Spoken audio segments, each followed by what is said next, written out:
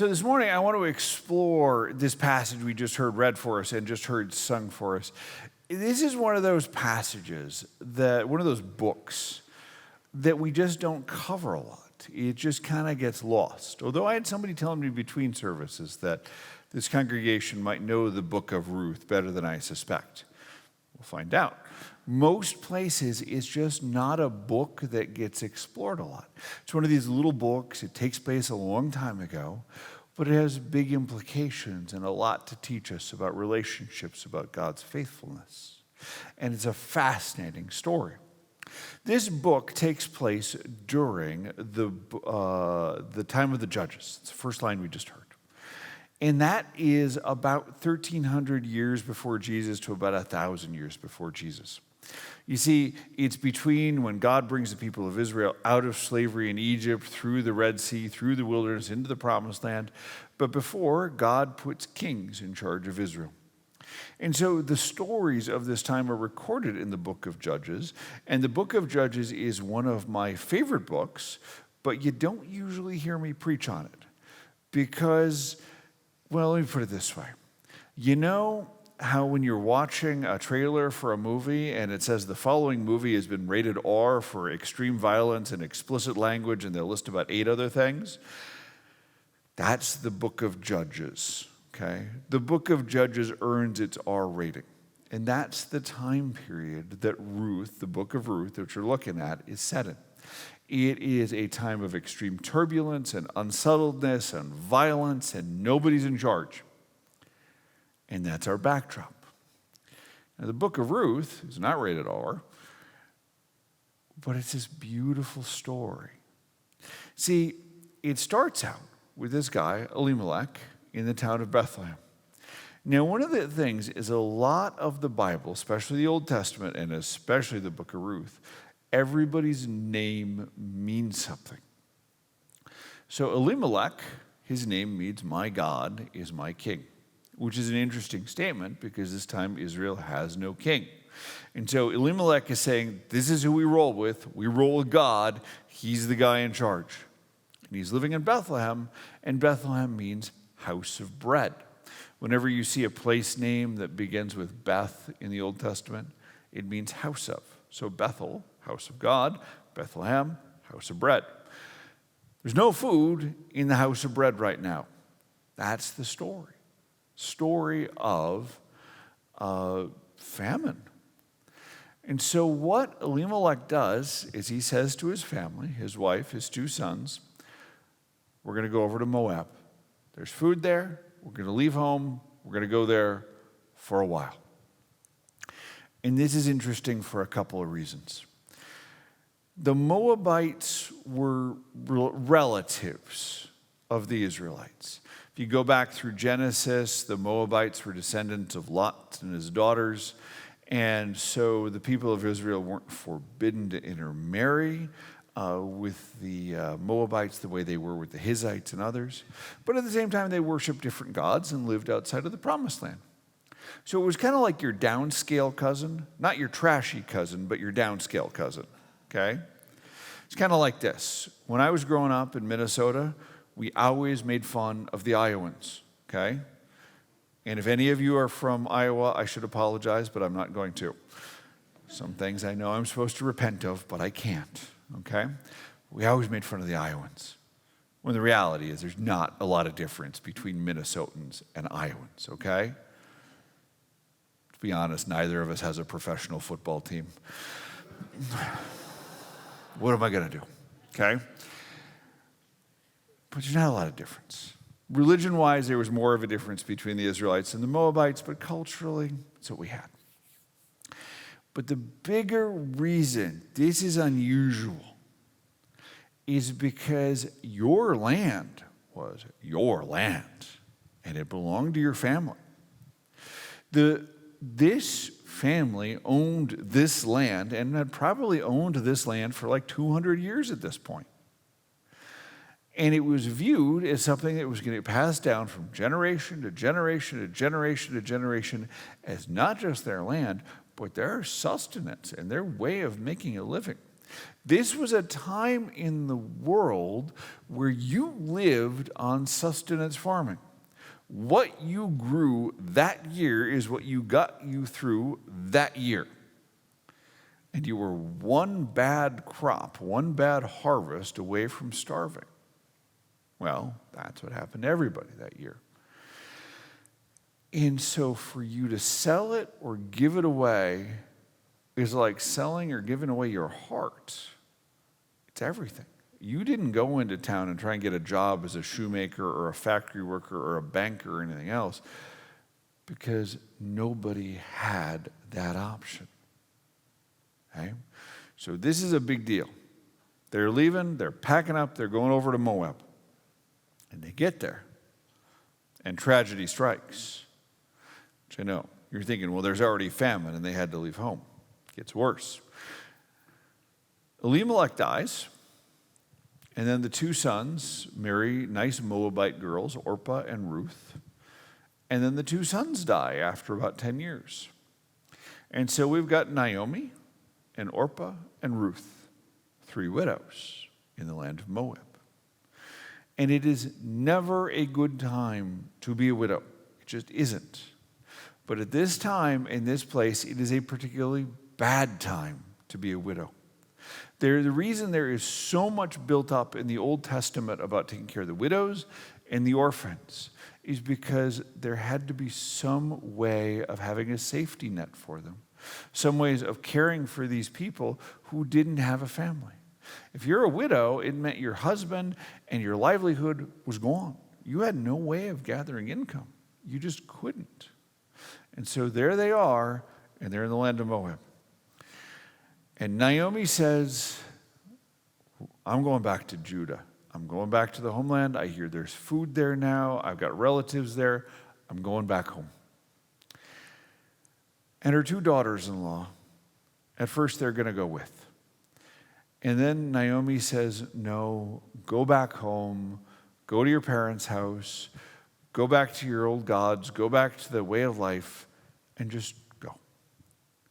And so Orpah gives her mother-in-law a big hug and then does that.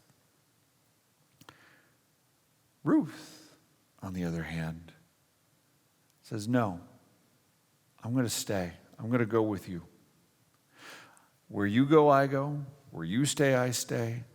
Your people will be my people. Your God will be my God. And so she goes with Naomi back to Judah. And that's part 1 of our story. It's going to be 4 parts in total, but that's part 1. And there's a couple themes, a couple observations I want to pull out of this. A couple things that are just striking to this. The first of all, God doesn't really show up in this book. I know what you're thinking. You're thinking, this is the Bible. How can that be? When we read the Bible, we're accustomed to people dreaming dreams, people seeing visions, angels popping up, miracles happening. We're expecting all those things. Most of us don't live in that world all the time. Does it happen? Yes. Have I met people who've had all those experiences? Yes. Do I believe that can happen to anybody here in this room? Yes. But does it happen all the time? No, it doesn't. And what we have in the book of Ruth is God choosing to remain anonymous, God choosing to remain hidden through most of the story. And that's a place most of us live. We live in a world where we can't point to this, where this angel showed up to me and did this for me, or this miracle happened. Might have it happen occasionally in our life. It might happen on a regular basis to some of us, but not 24/7, not all the time. But what we see here is God is still present, even when he's choosing not to make himself known, much like our lives. As most of you know, I went through colon cancer this last year.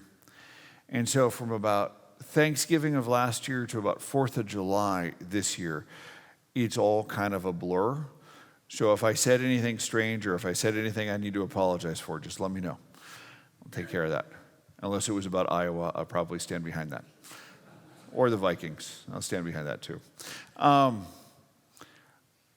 one of the things that stood out for me as I think back about that experience is I was going in for the 4th chemo treatment. I had 8 chemo treatments, so it was right before the halfway mark. And the way it worked for me is I went in and they pumped me full of drugs for a couple hours, and then I went home and just felt miserable for a couple of days and took about a week before I felt normal again. And some of you in this room have had much worse experiences than that, much harder experiences than that. But I will tell you this, that going in for that 4th one was just the worst. Because it was like I was dreading it because I knew it wasn't even halfway through. It's like, how long is this going to last? Because it feels like it's going to go on forever. And I wish I could tell you that I got this vision or this dream or this angel popped up or something happened where I knew it was all going to be just fine. But the reality is I didn't have any of those things. So what I was relying a lot on is the stories of the people who live here. Stories of people who'd gone through it before. Stories of people who would say, yeah, I dealt with this, and here's how it went for me, and we're praying for you. And I gotta say, it was so encouraging just to hear those stories. Because the funny thing is you ask people, it's like, is this normal when my feet do this? And they're like, oh yeah, I still have that. I'm like, okay, good. I know I'm not the only one. But one of the recurring themes that we get in the Bible is this idea that we continue to muddle through, we persevere, we hang on. We have this beautiful passage, which we always read at funerals and in other places, where Paul writes and he says, I have run the race, I have hung on, I have done these things. We get Hebrews, where we get this whole idea of people waiting expectantly. When Jesus is born, there's people at the temple who've been promised by God that they'll see the Messiah, and they are waiting there, and they don't know how long they're going to be waiting. That waiting and darkness is a place a lot of us live. Maybe you're in it now, and if you're not in it now, you might remember a time you were in it. And if you haven't had either of those, I assure you, at some point you will hit it. Which is the truth. And the scariest part about it is you don't know how long it's going to go on. And that's the hard part. But let's talk about the next part of the story. Let's talk about what Ruth says, those words we just heard sung for us. Where you go, I go. Where you stay, I stay. Your people will be my people. Your God will be my God. What Ruth lays out in those words is this marvelous declaration of faithfulness, saying, I'm never going to leave you. I'm always going to be by your side. And what that is this beautiful reflection of God's character. And that's what we want to cling on to. We have this misconception sometimes. You'll hear it a lot in popular culture. I don't know you hear it as much in church as you used to. But this idea that the New Testament is where Jesus just wants to give you a hug, and the Old Testament is all of God's wrath and God pouring down his anger and boiling rivers and turning oceans to blood and all this stuff. But the reality is, the whole Old Testament is the story of God's faithfulness. You see it constantly. You see God hanging on to this whole family of Abraham.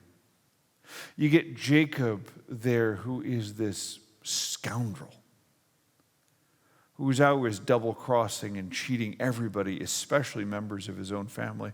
And then after 20 years of this, he realizes what a jerk he is and how he repents.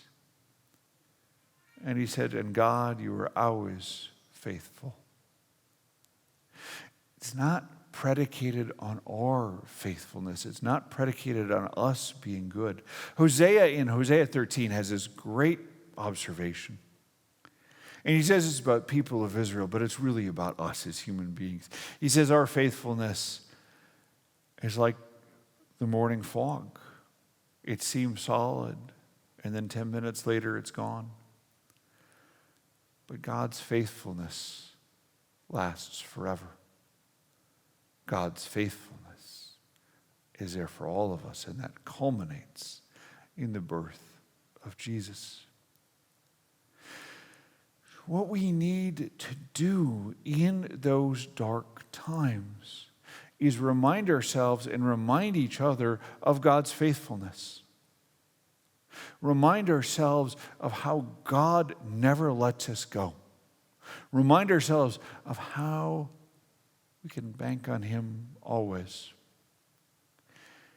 Now, there's a lot of different ways we can do that, but let me show you one.